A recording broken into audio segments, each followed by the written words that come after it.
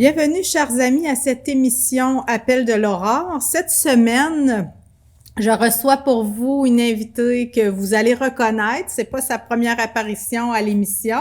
Je vous présente France Boutin. France, c'est une amie. C'est aussi une agente de pastorale. Elle travaille ici à la paroisse de l'Unité Sainte-Victoire, hein, parce que là, le territoire s'est agrandi. On en a déjà parlé avec vous. Et elle est responsable du volet GPS. France, il faut que tu nous rappelles, on a déjà entendu parler du GPS. C'est pas la première fois, mais rappelle-nous qu'est-ce que c'est, à qui ça s'adresse, le GPS. En fait, c'est une façon de cheminer dans la foi chrétienne pour les jeunes. Ça s'appelle GPS pour Groupe de pèlerins solidaires. Donc, c'est des activités proposées aux familles, axées sur la foi, c'est bien sûr, mais aussi l'engagement social, puis la réflexion. Tu dis aux familles, mais c'est d'abord le cheminement. Au départ, ça se voulait en remplacement des catéchèses d'initiation au sacrement, non? C'est comme ça que ces groupes-là sont apparus. Ben, j'aime pas dire en remplacement parce que c'est plutôt dans la continuité. Ce sont des catéchèses quand même. OK. Mais des catéchèses où l'expérience est mise au premier plan. Et puis, c'est toujours une forme d'initiation à la vie chrétienne. Ça l'englobe les 3 sacrements de base, là. La première communion, le sacrement du pardon et la confirmation.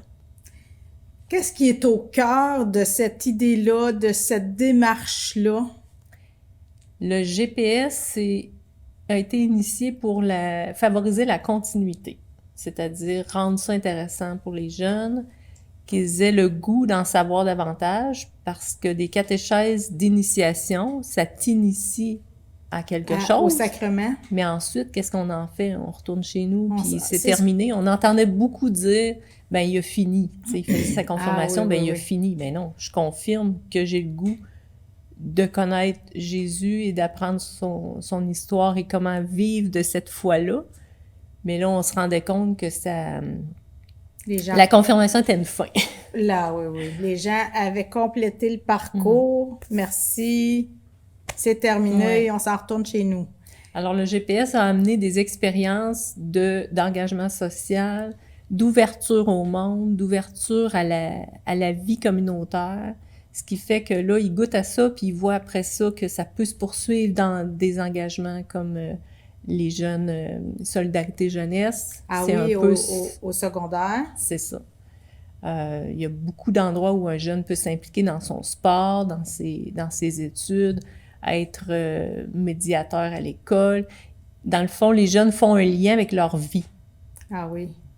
On a même un comité de jeunes qui, eux, c'est vraiment des jeunes qui décident de poursuivre pour d'autres jeunes, pour créer des activités, intéresser d'autres jeunes, être là dans les activités d'initiation. Ils deviennent comme des mentors, comme des aidants naturels, comme des pères qui sont accouplés, des parrains, autrement dit. Ils parrainent d'autres jeunes qui arrivent. Ah, c'est très beau. Oui. C'est dans l'esprit chrétien aussi, hein, le parrainage dans la foi chrétienne, c'est important. C'est aussi parce que eux, ils réfléchissent à ce qu'ils auraient eu le goût de vivre à ce moment-là, quand ils étaient plus jeunes. Donc, ils nous amènent des idées comme faire des capsules vidéo, mettre ça en ligne, interagir avec les jeunes de d'autres façons que nous, on n'aurait pas pensé, parce que l'activité est un prétexte à la rencontre de Jésus puis à la connaissance de la foi chrétienne, mais comment on y arrive, ça, il y a toutes sortes de moyens. À 50 ans, c'est pas pareil comme à 12 ans. Oui, c'est ça. C'est ça. Puis les parents embarquent dans ça avec leurs jeunes, ils deviennent des partenaires, ils deviennent des catéchètes aussi, des espèces de mentors aussi. Quel est le rôle des parents dans cette démarche-là? Les parents sont toujours là, aux rencontres, sont toujours avec leurs jeunes. Ils accompagnent leurs enfants. Parents ou grands-parents? Souvent grands-parents aussi. Il y a des adultes qui nous amènent les enfants en bas âge. Il y en a d'autres qui leur demandent de faire ça plus tard parce qu'ils se rendent compte, on a peut-être manqué notre coup avec ça. Okay. Mais il arrive à tous âges maintenant, là. Il y en arrive à 14 ans, 15 ans. Mais la plupart du temps, ils nous arrivent 8 ans, 7 ans, 8 ans ou 9 ans après le baptême. Là, c'est le parent qui veut que son enfant vive la première communion. C'est ça la demande. Mm-hmm. Ils connaissent pas nécessairement le GPS, mais la demande, c'est de faire vivre la première communion sacrements. À leurs enfants. Mm-hmm. Ouais. C'est une tradition dans certaines familles. Hein? C'est comme un lien ténu, mais un lien qui reste avec la tradition chrétienne. Hein? Oui, sauf que c'est pas ça pour tout le monde maintenant. Tu sais, je pense juste à moi quand j'étais jeune. Déjà, à l'église, le dimanche, il n'y avait pas 20 familles, là. Donc, quand j'ai élevé mes enfants aussi, ça commençait déjà à être, moins, on le fait pour l'héritage, parce que nous, on l'a reçu, tradition. Mais c'est quoi le sens de tout ça? On dirait que ça c'était déjà en train de se perdre. Donc, les enfants d'aujourd'hui nous arrivent avec une demande qui vient souvent d'une expérience vécue. Ils ont perdu un grand-père. Ah oui, un deuil. Ils vivent une difficulté dans la famille, ils ne savent plus quel sens donner à ça. Là, tout d'un coup, ben peut-être, c'est vrai, la spiritualité de mon jeune, j'en fais quoi? Ah oui. Il y a des familles aussi que c'est très ancré là, par tradition, puis qui sont très priantes, pratiquantes, croyantes. Tout ça, croyantes. Les grands-parents, c'est intéressant aussi parce que pour eux, c'est clair qu'il faut passer par là. Fait que quand ils nous arrivent avec cette demande-là pour leurs petits-enfants, on les accueille, puis c'est eux qui accompagnent leurs petits-enfants. Et en cours de route, on voit arriver les parents.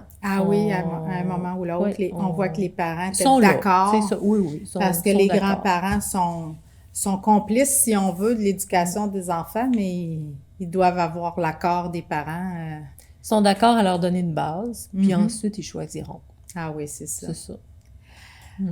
France, tu parles d'expérience parce que tu dis, puis ça me touche beaucoup, puis ça m'intéresse parce que je me dis, dans la période où moi j'étais bénévole à la paroisse, puis on faisait des catéchèses, il me semblait que c'était beaucoup un contenu rationnel qui s'adressait aux enfants, c'est-à-dire, voici qu'est-ce que il faut que tu saches avant de faire ta première communion.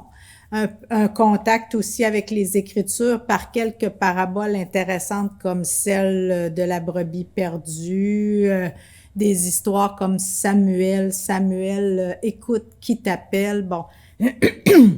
Mais moi, je trouvais qu'il manquait un peu le contact avec justement une expérience ou enracinée dans le quotidien. Là, c'est ce que vous faites. Donne-moi des exemples d'expériences que vous faites vivre aux enfants pour qu'ils touchent le Dieu créateur, la communion avec les pauvres, les petits. Bon, j'imagine que c'est le genre d'expériences qu'ils peuvent vivre. C'est sûr qu'on essaie de toucher les 3 grands alignements. La relation à Dieu, c'est qui ça, Dieu? OK. C'est qui ça, Jésus? Les enfants, ils connaissent plus nécessairement pourquoi je croirais à ça, pourquoi je croirais à lui. Pourquoi maman, papa m'amène ici d'abord? Ah oui. Pourquoi je fais mon signe de croix? Pourquoi je prie? Quand je prie, qu'est-ce qui se passe? Donc, quand on les accueille, on leur donne c'est quoi nos alignements de base, mais on est surtout à l'écoute de ce qu'ils ont envie de vivre. Et eux autres, comment ils conçoivent Dieu, comment ils perçoivent dans leur vie ce Dieu-là. Donc, les activités ont été bâties en lien avec des demandes de parents. Ben moi, mettons, je suis reliée à la nature, j'aime beaucoup ça, prendre des marches en nature, tout ça. OK, ça va avec la création, le respect de la création, l'admiration, la beauté de tout ce que Dieu a créé. Donc, on fait des catéchèses avec ça. Ça peut être artistique. OK. On a des ateliers artistiques, on a des ateliers qui se vivent dehors. On a du jardinage collectif, on a fait de la soupe qu'on est allé porter au restaurant populaire. Ah oui, c'est avec bien. les légumes du jardin. Ça, c'est plus le côté engagement. Aussi, les jeunes, cette année, du comité de jeunes nous a apporté une très belle idée. C'était d'accueillir les questions des plus jeunes et d'y répondre avec une vidéo. Alors là, vous vous êtes mis à faire des vidéos. Oui, une petite vidéo avec les jeunes de 13-14 ans, eux autres, comment ils répondent à la question « Mais qu'est-ce qui fait Dieu? S'il y a la guerre, s'il y a toutes ces choses-là, pourquoi Dieu existe puis il fait rien? » Ou tu sais, des questions d'enfants comme ça. Donc, les jeunes sont les acteurs de la vidéo et ce sont eux qui donnent leur réponse à la suite de leur parcours. Ah, c'est beau. Ouais. Donc, l'expérience par rapport à cette activité-là précisément, c'est de voir que d'autres ont pensé à eux, d'autres pensent comme eux, et d'autres se questionnent sur Dieu. Dieu, c'est pas une chose toute faite, toute déjà comprise. Les grands la comprennent, moi, je la comprends pas. C'est pas ça, Dieu. Dieu intervient dans la vie de chacun, quand il est prêt, quand il se met à l'écoute des signes. Donc, on va regarder beaucoup les signes dans leur vie. Qu'est-ce qu'ils trouvent beau, qu'est-ce qu'ils trouvent questionnant, comment dans les autres ils se créent des amitiés, des gens qui... Entre eux, est-ce qu'ils ont le moyen ou la possibilité de vivre cette fraternité, ces amitiés? Est-ce que tu sens qu'au fil du temps des rencontres, il se développe des liens entre des jeunes qui ne se connaissaient pas nécessairement au début? C'est sûr qu'à Victoriaville, c'est un grand territoire, hein, c'est pas comme travailler dans un petit milieu. Donc, on a beaucoup de jeunes inscrits, on a 158 jeunes en tout. On a formé des petits groupes les 2 dernières années, 2020-2021, à cause de la pandémie. Ah oui. Donc, pour que les jeunes restent dans le même groupe, soient toujours la même bulle, on va nommer ça comme ça. Là. Oui. Mais oui, il y a quelque chose d'un cheminement humain à travers un groupe. Parce que c'est aussi ça, la foi, c'est la communauté, le désir de se rassembler, d'être ensemble pour partager une même foi, une même expérience. Parce que le GPS, en tout, au début, on voyait ça comme une grande communauté, la communauté des jeunes familles, une communauté de soirs de semaine, on peut dire, parce qu'on ne les voit pas nécessairement dans nos célébrations dominicales.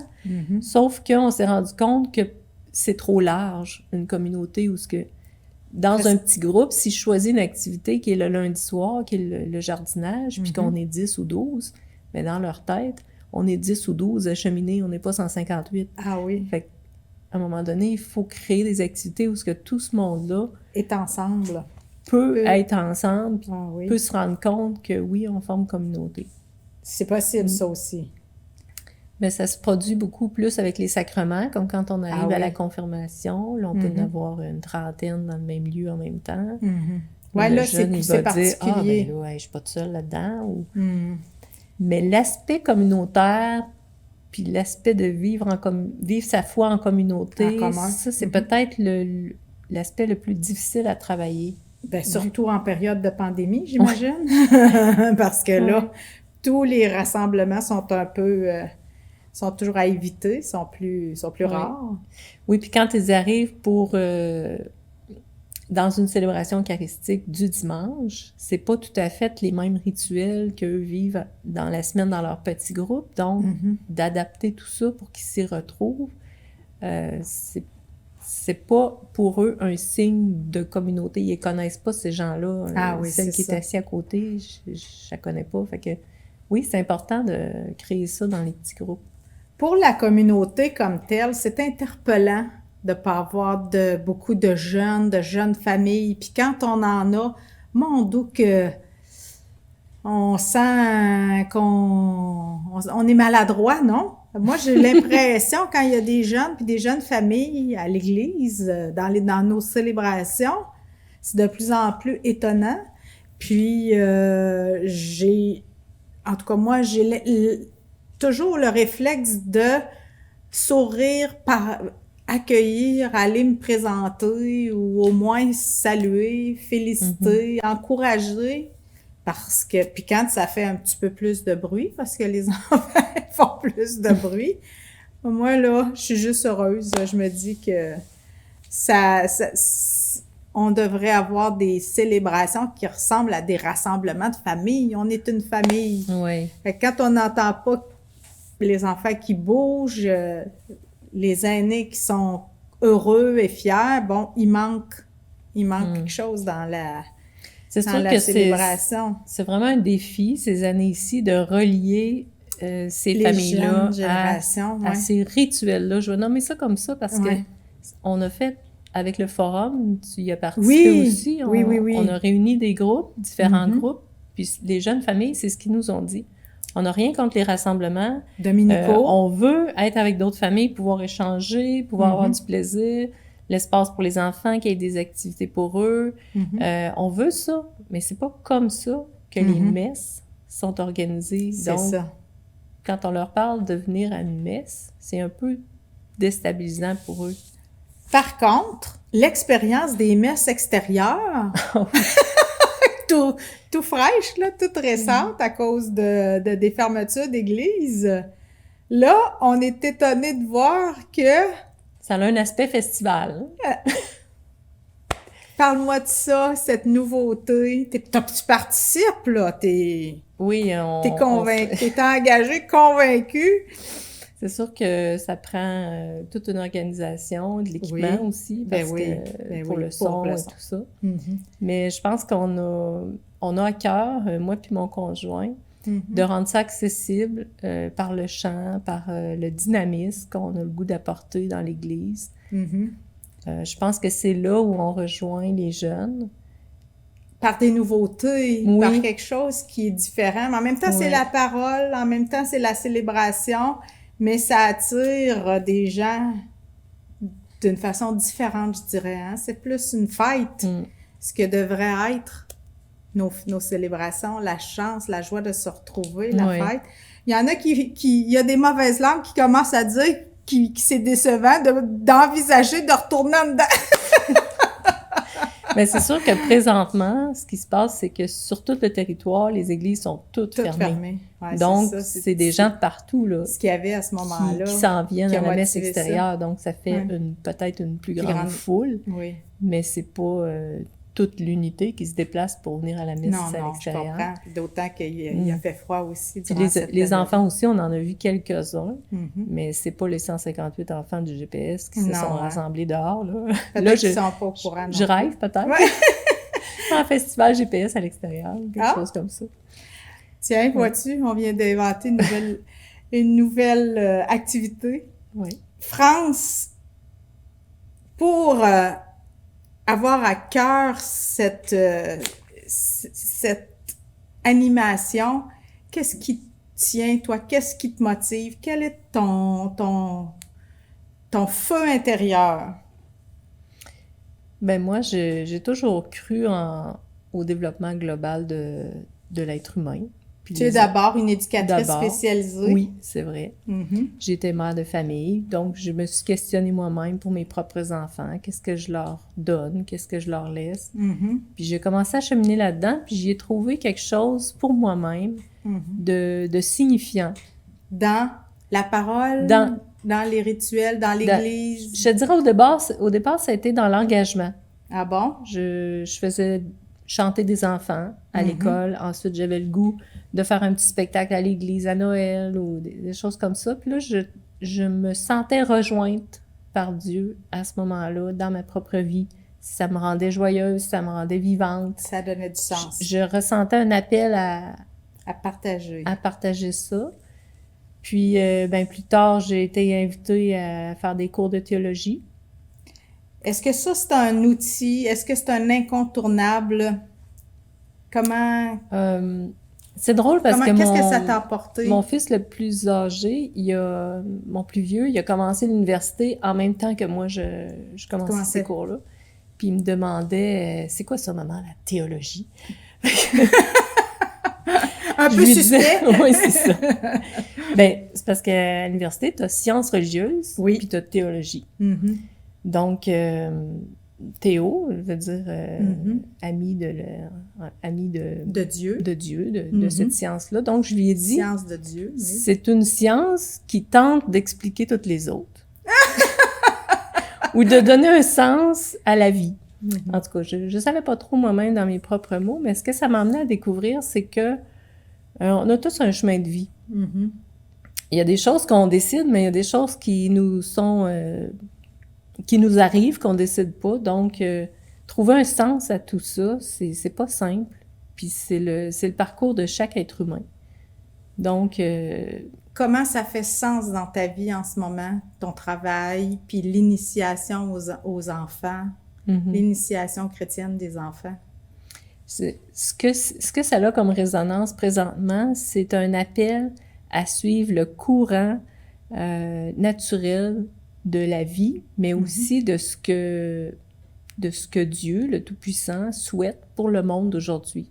Des fois, je fais des parallèles avec la pandémie, avec les jeunes. Je leur dis, dans l'histoire, il y en a eu des grands fléaux, il y en a eu des bouleversements. Puis, à travers ça, Dieu parlait à l'être humain. Dieu se manifestait. Dieu disait, changez vos cœurs, changez votre façon de faire. Donc, la pandémie, elle a quelque chose. Nature on aussi, le dit de plus en plus. Tout le monde le dit, peu importe leur croyance, dit c'est pas là pour rien. Il se passe quelque chose. Donc, Dieu, pour moi, c'est ça. C'est de lire la vie, de lire mon expérience humaine à travers l'expérience de d'autres qui ont rencontré Dieu depuis Moïse, Abraham, Jacob. Donc là, tu m'amènes dans la parole de Dieu? Oui. Tu fréquentes la parole de Dieu, toi? Oui! Hey, moi, j'ai reçu une Bible à 30 ans. Fait que, tu sais, je savais même pas que la Bible, c'était... Pour moi, la Bible, c'était un livre d'histoire, de récits. J'allais dire des contes, là, mais on va dire des récits qui nous parlaient de religion. Jusqu'à 30 ans, tu pensais jusqu'à 30 ans. OK. Ensuite, j'avais déjà commencé à participer à l'éveil à la foi des jeunes, mais je pense que j'étais à mon propre éveil à la foi à ce moment-là. Donc, pour moi, la parole puis la Bible, c'était pas la même chose. Ah bon? À un moment donné, j'ai compris que dans la Bible, Dieu nous parlait à travers les histoires d'hommes et de femmes qui ont rencontré Dieu. Qui avaient interprété la présence de Dieu dans leur vie, puis qui avaient mis ça en mots dans des livres. Donc, j'ai passé de la prière parlée à la prière écoutée. Oh! Tu sais, moi, je priais avec ma bouche, tu sais, fais ci, fais ça, Dieu, merci pour ci, pour ça. OK. Mais là, je me suis mis à l'écoute de faire silence, plus vers la méditation. Si Dieu a parlé à tel ou tel être humain, comment il me parle, moi? Puis qu'est-ce qu'il a à me dire? Alors là, tu as plusieurs réponses à cette question-là. Depuis le temps que tu y penses, comment Dieu te parle, France, dans ta vie, actuellement? Par beaucoup de moyens. Oui. Les autres personnes qu'on rencontre nous donnent souvent des réponses qu'on cherche. Pour moi, ça passe beaucoup par la musique, le chant. J'aime le chant, j'aime la musique, j'aime... C'est personnel, ça, hein? C'est très personnel. Par les familles que tu côtoies aussi, tu as des réponses, tu as sens aussi à ton travail, à ta vie. Ben, je vais vous donner un exemple concret. On vivait le sacrement du pardon l'autre jour avec un petit groupe. Puis j'avais préparé ça avec une maman. Je tiens toujours à préparer ça avec des gens que j'accompagne pour qu'ils me donnent, eux, leur... sensibilité. Oui, pour qu'ils se vivent quelque chose. Leur intuition. Dans votre famille, qu'est-ce qui se passe? Qu'est-ce qui aurait besoin d'être relevé, d'être nourri? Puis là, on part de ça, puis on va chercher le chant qui fit, puis la parole qui fit. Puis elle avait choisi le chant de Roxane Bruno. « Je ferai les choses à ma manière ». Ah bon? Tu chercheras ça, Mère-Josée.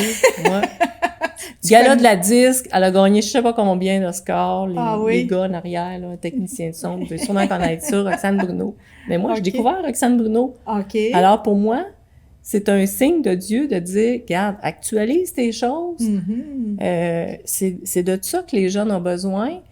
Puis il y avait même 2-3 jeunes qui s'en allaient voir le spectacle de Roxane Bruno. Donc, je me suis mis à l'écoute de Roxane Bruno. Qu'est-ce qu'elle dit dans ses chansons, Roxane Bruno? Ben, c'est peut-être ça que les gens ont besoin d'entendre. Convertir! Une conversion. Mais ce qui m'a rejoint, moi, France Boutin, ce soir-là, pendant la célébration, c'est « Je ferai les choses à ma manière ». C'est ça qu'elle chante. « Je ferai les choses à ma manière ». Puis là, je me suis dit... Pour moi, Dieu, c'est pas quelqu'un qui dirige ma vie. C'est quelqu'un qui me veut heureuse, libre et responsable. Qui accueille ta création. C'est ça, mais qui me rend moi aussi créative de ma vie. De ta vie, mais de moyens aussi pour le proclamer, pour l'annoncer. Et là, quand on va sur ce terrain-là, c'est pas « moi, j'ai ce que tu dois entendre ». Je leur dis « ben moi, voilà ce que j'ai entendu et pour toi, ce sera peut-être une autre parole qui va te toucher. Et à la fin de la rencontre, j'avais une petite fille qui faisait des roues latérales, là, tu sais, de gymnastique, là, dans le fond du local. Je me suis dit, mais tu vois, elle s'est bougée. Elle s'est bougée sa manière. C'est sûr que Dieu va... Je pense à celui qui fait des randonnées de vélo pour ramasser des sous. Oui. Ben lui, c'est le sport. Tu sais, donc, il œuvre, peut-être qu'il ne sait pas, puis peut-être qu'il n'est pas croyant, puis c'est pas si grave que ça. Mais je veux dire, lui, il donne sa vie pour les autres de cette façon-là. C'est ça. Parce que lui, ce qui le rejoint, c'est le sport. Un artiste, ça va être d'autres choses. C'est ce que je dis aux enfants. Tu pries, France, encore? Quand j'ai le temps. Ah ben là, Gérard te dirait, il faut que tu le prennes. C'est une... À chaque jour, une discipline. J'aime bien prier avec une application que j'ai maintenant dans mon cellulaire. Oui. Qui s'appelle Prie en chemin. Parce que moi, j'ai la misère à arrêter. Je peux le mettre dans ma poche, puis m'en aller en ski de fond. Puis ça prie tout seul pour moi. Je n'ai pas de livre à ouvrir, j'ai pas de... Alors là, tu nous parles d'une nouvelle artiste, tu nous parles d'une application. C'est ça que tu apprends dans le GPS, toi, des nouveautés? C'est ça. Je me laisse conduire par les gens que je rencontre, par... Fait que finalement, c'est toi qui est évangélisé, qui est converti, qui se laisse transformer. Ouais. C'est un beau message en cette fin d'émission, France, que tu viens nous donner. Tu es... je dirais, au service des gens, mais en même temps, les gens te rendent service, t'évangélisent. C'est un bel échange. Je pense que c'est ça, la réciprocité de ce qu'on peut s'apporter en communauté chrétienne. Je te dis merci beaucoup, France. C'est toujours rafraîchissant d'entendre parler de notre jeune Église, des jeunes dans notre Église. Merci pour ce que tu fais, c'est important. Merci à chacun et à chacune d'avoir pris part à cette émission. Si vous avez du temps, vous avez des ressources, France, tu cherches des gens pour les jardins? C'est sûr, pas juste pour les jardins, pour toutes les activités GPS. Alors, pour le bénévolat, on s'inscrit aussi. Merci à tout le monde. À la semaine prochaine.